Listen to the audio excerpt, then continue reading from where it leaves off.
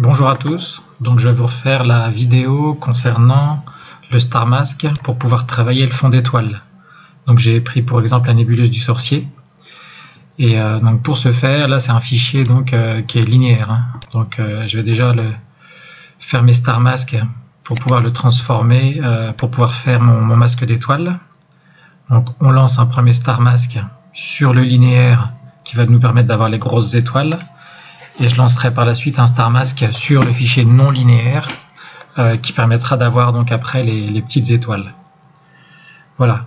Donc le but en fait, ça va être de protéger la nébuleuse ainsi que ses extensions, la petite nébuleuse ici aussi, et de protéger aussi les étoiles. Parce que quand on veut travailler sur le fond de ciel, l'image donc elle est en couleur évidemment, et par rapport au procédé que je vais vous donner, il faut pouvoir corriger également le fond de ciel. Voilà donc mon Star Mask pour les grosses étoiles. Maintenant, je passe ce fichier-là en linéaire. Donc, on vient glisser la STF ici. Alors, il y a beaucoup d'autres méthodes pour passer en non linéaire, mais là, c'est la méthode la plus simple pour vous montrer. Donc là, une fois qu'il est fichier non linéaire, je duplique mon image. Et je fais l'aide pour le Star Mask. Alors, il faut décocher la couche résiduelle et avoir 4 couches. J'appuie sur le bouton. Voilà mon Star Mask ici. Et vous pouvez appliquer le masque ici. Alors, je vais faire une petite pause le temps que le masque se fasse. Voilà. Donc, j'ai obtenu mon Star Mask des petites étoiles. Alors j'ai dû m'y reprendre à 2 fois pour le faire parce qu'il y avait trop de granulés derrière. Donc j'ai augmenté une valeur pour pouvoir le faire correctement.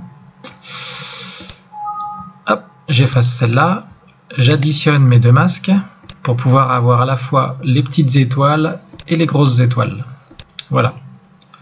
Donc ensuite, pour ce faire, je vais chercher le range mask qui est là. Et je viens faire mon range mask sur la nébuleuse.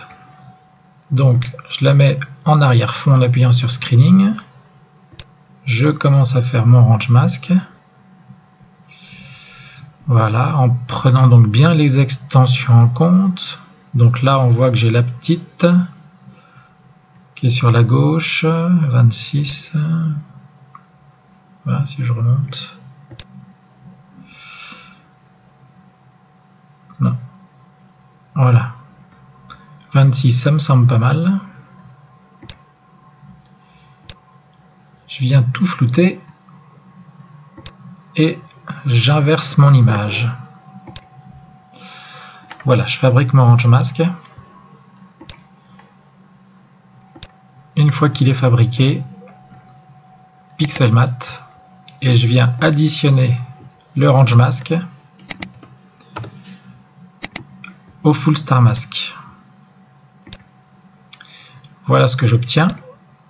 J'obtiens un masque en fait, donc je peux l'effacer, qui va à la fois protéger les étoiles et la nébuleuse. Donc pour ça, il faut que je l'inverse. CTRL I. Et là, donc j'ai un masque qui vient protéger à la fois la nébuleuse et les étoiles qui sont en rouge. Donc là, je vais pouvoir travailler uniquement sur le fond de ciel qui sont en fait qui va être toute la partie blanche en fait sur l'image. Voilà. Alors il y a une autre méthode éventuellement qu'on peut faire aussi, c'est tout simplement prendre cette image là et l'inverser. Voilà. Quand on l'inverse en fait, on voit que on va avoir le fond de ciel en blanc, les étoiles en noir, etc. Donc on peut très bien utiliser ça en le dupliquant, en se servant comme un masque. Mais pour moi le problème c'est que au niveau de cette nébuleuse ici, il va falloir donc en fait la noircir un petit peu. Donc il ne faut pas hésiter après avec la Local Transformation par exemple ou l'autre à foncer un petit peu au niveau de la nébuleuse pour éviter, voilà par exemple, et le blanc ici on peut le monter pour que le masque devienne binaire quasiment. Voilà. Donc éventuellement, ça c'est une autre possibilité de masque qui est très très précis évidemment, pour pouvoir aussi travailler donc le fond de ciel. Alors je vais vous montrer la différence entre les deux. Là vous avez un masque assez dur, et là vous avez un masque donc qui est beaucoup plus progressif. Voilà. Donc voilà les deux masques qu'on peut faire après.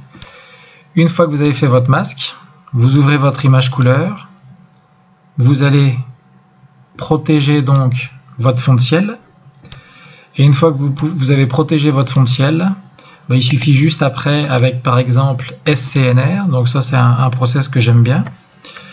Avec SCNR, vous venez choisir la couleur dominante de votre fond de ciel, et vous venez après donc retirer cette couleur. Par exemple, si la couleur dominante c'est le rouge, vous appuyez sur le carré, hop, là il va retirer cette dominante rouge qu'il peut avoir derrière. Après pour le vert, vous appuyez, ça va retirer la dominante verte. Et l'avantage, c'est que ça ne va pas du tout toucher ni aux couleurs des étoiles, ni aux couleurs de la nébuleuse. Voilà. J'espère que cette vidéo vous sera profitable. À bientôt.